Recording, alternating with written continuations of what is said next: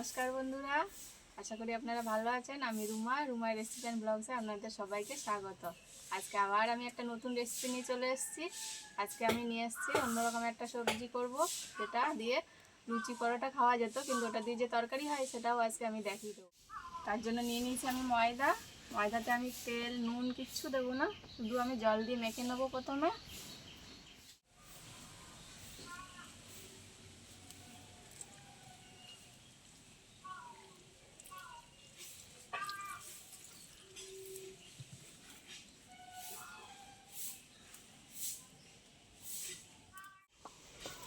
এই দেখুন বন্ধুরা, আমার ময়দাটা মাখানো হয়ে গেছে, এরকম করে মেখে নিয়েছি। এবার আমি এটাকে ঢেকে রেখে দেবো।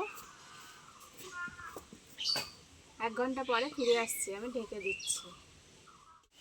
আমি 1 ঘন্টা পরে চলে আসছি বন্ধুরা। এই দেখুন,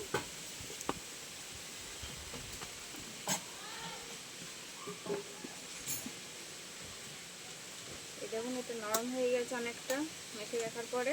এবার আমি জল নিয়ে নেবো, জলের মধ্যে ময়দাটা দিয়ে দেবো। এই দেখুন, তার জন্য আমি নিয়ে নিয়েছি জল বড় গামলায়।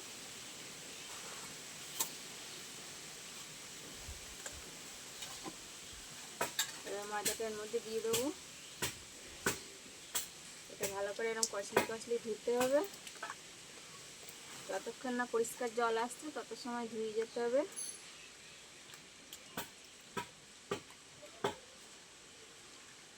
এই দেখুন, জলটা পুরো সাদা হয়ে যাচ্ছে।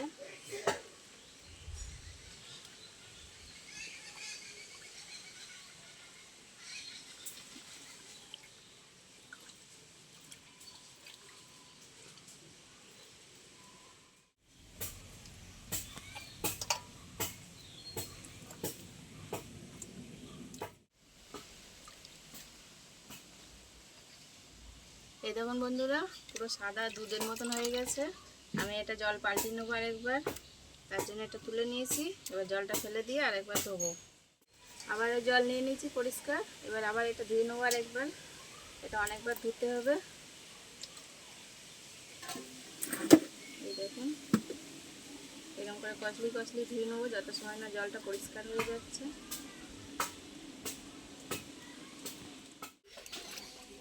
এই দেখুন বন্ধুরা, আমার এটা ধোয়া হয়ে গেছে, অনেকটাই জল পরিষ্কার হয়ে গেছে। এই দেখুন, ধুয়ে এরকম হয়ে গেছে। এবার আরেকবার আমি পরিষ্কার জলে দিয়ে নেব।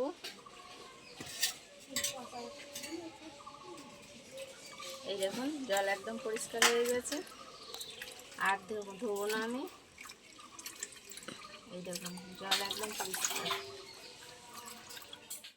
এই দেখুন, মনে হচ্ছে না ছাগলের চর্বির মতন দেখাচ্ছে।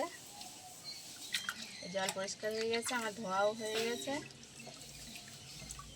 এবার আমি তুলে নেব। এই দেখুন বন্ধুরা, এবার আমি এটা ছোট ছোট গুটি করে নেব হাতে করে, এরকম করে। এটা একদম জল নিগড়িয়ে নিয়েছি, এতে আর একটু জল নেই। এবার এটা ভালো করে আমি ছোট ছোট করে গুটি করে নেব,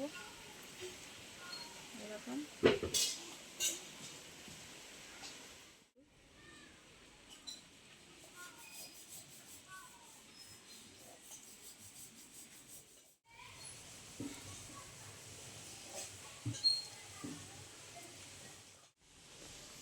এই দেখুন বন্ধুরা, আমার এই ছোটো ছোটো গুটি করা হয়ে গেছে। এগুলো কেউ কারোর সাথে জড়াবে না। এই দেখুন, সব ছাড়িয়ে যাচ্ছে। এবার আমি ভাজার জন্য চলে যাব। এই দেখুন, সব করা হয়ে গেছে গুটি। এবার আমি ভাজার জন্য চলে যাব। বন্ধুরা, আমি একটা কড়া বসিয়ে দিয়েছি উনুন ধরিয়ে। এবার আমি তেল দিয়ে দেবো ওতে।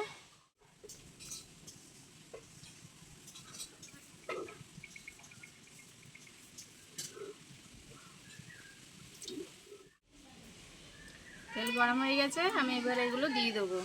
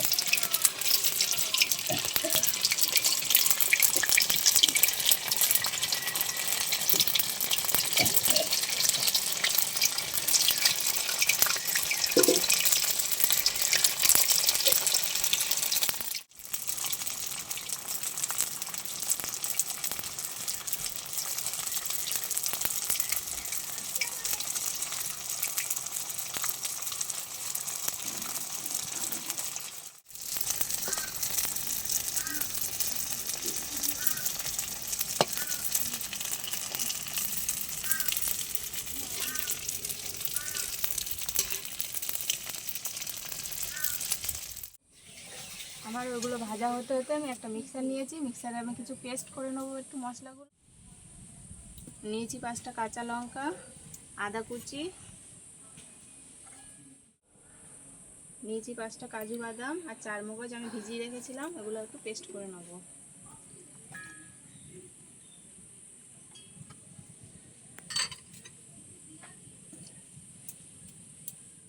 এগুলো ভাজা হয়ে গেছে, এবার আমি তুলে নেব। এই দেখুন হয়ে গেছে।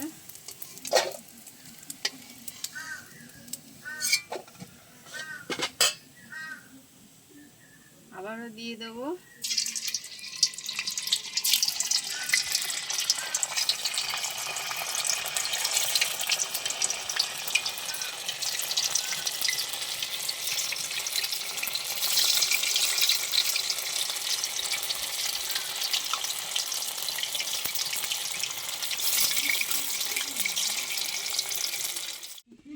ওই তেলে আমি এবার ফোড়ন দিয়ে দেবো, গোটা গরম মশলা, গোটা জিরে আর একটা শুকনো লঙ্কা।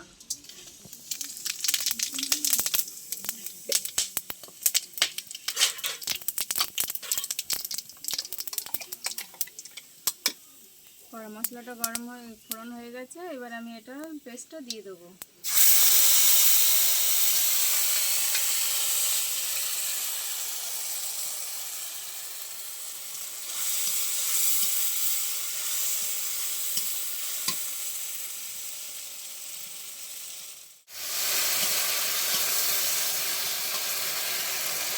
নিয়ে নেবো এবার টমেটো সস নিয়েছি আমি, দিয়ে দেবো।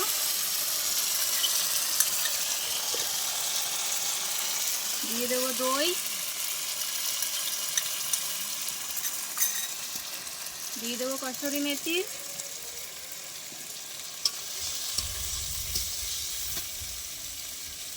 দিয়ে দেবো কিছু গুঁড়ো মশলা, ধনে, জিরে, লঙ্কার গুঁড়ো আর হলুদের গুঁড়ো। এবার ভালো করে মশলাটা কষিয়ে নেবো।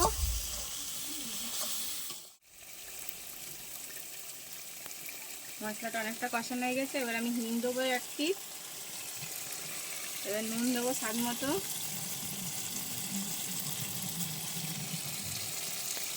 যেহেতু নিরামিষ তরকারি তার জন্য একটু আমি চিনি দিয়ে দেবো, একটু মিষ্টি মিষ্টি হবে। এবার ভালো করে কষিয়ে নেবো।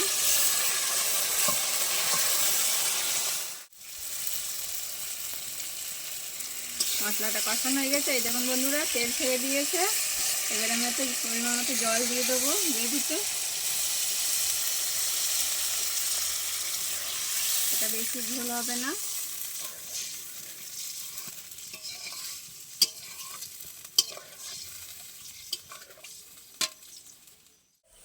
আমার গ্রেভিটা ফুটে গেছে, এবার আমি ভাজাগুলো দিয়ে দেবো এবার ওতে।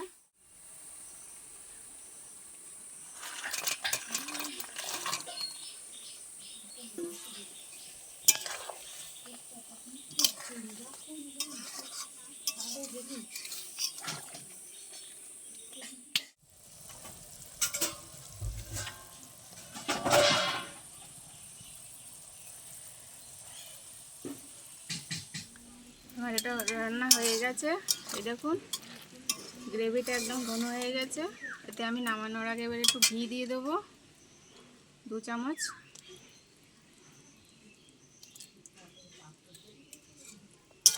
এবার আমি নামিয়ে নেব।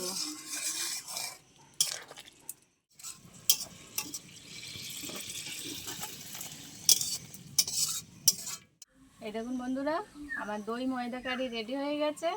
আপনারাও এরকম বানিয়ে খেয়ে দেখবেন, আর ভালো লাগলে কমেন্ট অবশ্যই আমাকে জানাবেন। দিয়ে আমার পেজটা ফলো করে দেবেন, আর ইউটিউব থেকে দেখলে সাবস্ক্রাইব করে দেবেন।